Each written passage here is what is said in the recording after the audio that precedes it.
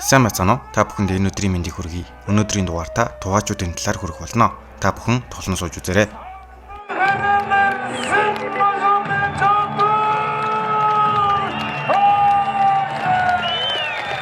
Тугаачуд нь Эртний Төв Азийн нүүдэлчдийн үр цад бөгөөд угсаагаар болон хүннүү, түрэг, уугур зэрэг эртний төр туслуудтай холбоотой.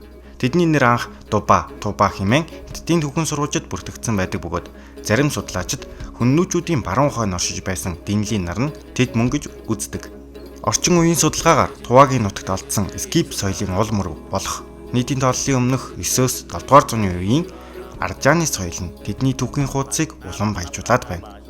1207 онд Чингис хаан Гууганхүү Зүчийг ойн иргэдийг дайлахаар одох үед Монгол угсааны ойрд нарын манлайлалдоор их Монгол улсад тэд нэгдэж байжээ.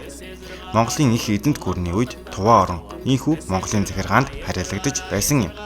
Тэднийг зарим эрдэмтэд түрэг ард түмэн гэж үздэг бол зарим эрдэмтэд түрэг Монголын завсрын бүлгийн ард түмэн гэж үздэг.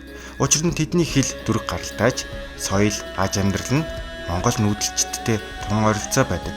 Бүр тодорхой хэлбэр Туваа нар Өмнөд Сибирийн түрэг хэлт ард түмэн бөгөөд ахуй соёлын хувьд харин монголчуудтай илүү ойр төстэй юм.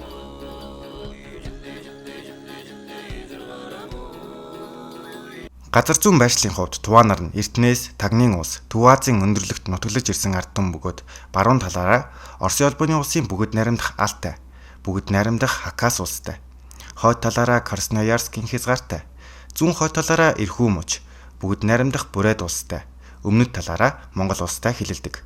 Туваагийн энэхүү нутаг дэвсгэр нь Хүннүү, Сямби, Жужаан, Тан улс, Инэсийн Киргизийн хаант улс, Монголын эзэнт гүрэн, Умард Яон улс, Хотхойдын хаант улс, Зүүн гарын хаант улс, Ойрод, Төмөд зэрэг дундад зууны үеийн Монгол авг аймагуд одоогийн Туваагийн бүгд найрамдах улсын бүрэлдэхүүнд багтаж буй нутаг дэвсгэрт нутаглаж байжээ.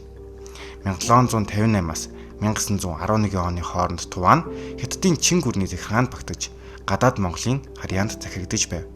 1911 онд Манччин гүрний төр ганхахтай зэрэгцсэн Туваа тусгаар тогтнох болон Монголын нэгдэлд орохыг хүссэн хөдөлгөөнүүд өрнөсөн бол Оросын эзэнт гүрэн Туваачуудын дунд салан тусгаарлах үзлийг дэмжиж эхэлжээ.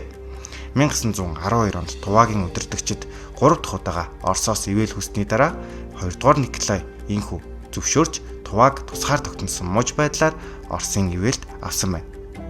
1911 онд Чин гүрэн нуруу унсны дараа Монгол улс Хятадаас салж Оростой идэвхтэй харилцаж эхэлсэн билээ. Харин 1917 оны Оросын хувьсгалаар эзэнт хаант засаглал унсны дараа 1918 оны 7 дугаар сарын 5-наас 1919 оны 7 дугаар сарын 15 хүртэл Туваагийн ихэнх хэсгийг Александр Колчакийн захаантнууд эзэлжээ.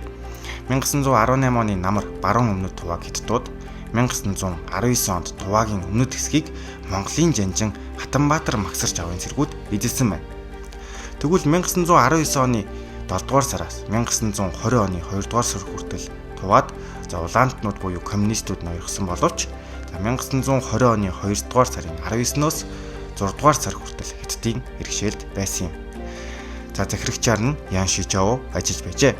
1921 онд большевикууд Хятадын цэргийг шахан гаргаж Туваагийн ард улсыг байгуулсан бөгөөд Таннуу Туваа гэж нэрлэж байв. 1926 онд нийслэлийн нэрийг Белоцарск хотоос Кизил хэмээн сольжээ. Кизил хэмээх нь улаан гэсэн утгатай үг юм. Дэлхийн 2 дугаар дайны өмнөх хугацаанд Туваагийн ард улс албан ёсоор бие даасан улс байсан ч зөвлөлт холбоот улсын нөлөөнд ихээхэн автсан байв. Тус улсын удирдагч Дондук Кулар Монголтой харилцаагаа бэхжүүлэх, Буддын шашныг төрийн шашин болгохыг оролдсон нь зөвлөлт засгийг ихээхэн түгшээсэн байна. Тиймээс 1929 онд Москвад боловсрсон 5 Туваа залуугийн оролцоотой төрийн эргэлт зохион байгуулсан юм. Энэ цаг үед мөн Монголд ч үндэсний ардчилсан үзүүлэлтнүүдийг нам төрийн засгаас зайлуулах социалист коммунист төрийн эргэлт болж байсан юм. 1930 онд шинэ зөвлөлтийн талын засаг захиргаа Туваа бичгийн уламжлалт Монгол бичгийг халж Орос хэлтнүүд боловсруулсан латин үсэгт шилжүүлв. Харин 1943 онд латин үсгийг халж кирилл үсэгт бүрэн шилжсэн юм а. Солжак Токо тэргүүтээ шинэ удирдлагууд Буддын болон Монголын нөлөөг Туваагаас эрчимтэй шахан бууруулж Орос иргэдэд бүрэн эрх олгосон байна. 1944 онд Туваагийн баг хурал Тувааг зөвлөлт бод улсад нэгтгэх шийдвэр гаргасан боловч ард нийтийн санал асуулга явуулсангүй. Үүний үр дүнд Туваа нь зөвлөлтийн бүрэлдэхүүнд орж зөвлөд социалист бүгд найрамдах холбоот улсын бүрэлдэхүүн дэх Оросын албаны улсын харьяа Туваагийн автономид мууж болжээ. 1961 оны 10 дугаар сарын 10-нд Туваагийн автономид бүгд найрамдах социалист улс болж дэвшсэн байна. Солчог Токо Туваагийн коммунист намын тэргүүнээр ажиллаж 1973 онд нас барах хүртлээр Тувааг удирдах байжээ. Ийхүү 20 дугаар зууны сүүл үе ирэхэд зөвлөлт улс нуран унсан юм. Туваа улсад ардчилсан хөдөлгөөнүүд газар авч байлаа. Энэхүү хөдөлгөөн ажлын байрыг бий болгох, орон сууцны асуудлыг шийдэх, Туваагийн хэл соёлыг сэргээх зорилготой байв. Гэвч энэ үед Орос гаралтай иргэдийн эсрэг товтлогоо газар авч, ачааны машины жолооч нарыг буудах, аслагдсан сургууль суурингуудлуудыг халдах зэрэг үйл явдал өрнөж нийт 168 Орос иргэн амиа алдсан байна. Эцэст нь Оросын цэргүүдийг Туваад илгээж байдлыг намжаажээ. Үүний дараагаар олон Орос иргэд Туваагаас шилжин гарсан байдаг. Ийхүү зөвлөл холбоот улс нуран унаж Оросын албаны улс байгуулагдсан юм. 1993 оны 10 дугаар сарын 22-нд Туваа шинэ үндсэн хуулиа баталж нийт 32 гишүүнтэй улсын их хурал болон орон нутгийн асуудал хариуцсан баг хурлыг байгуулсан байна.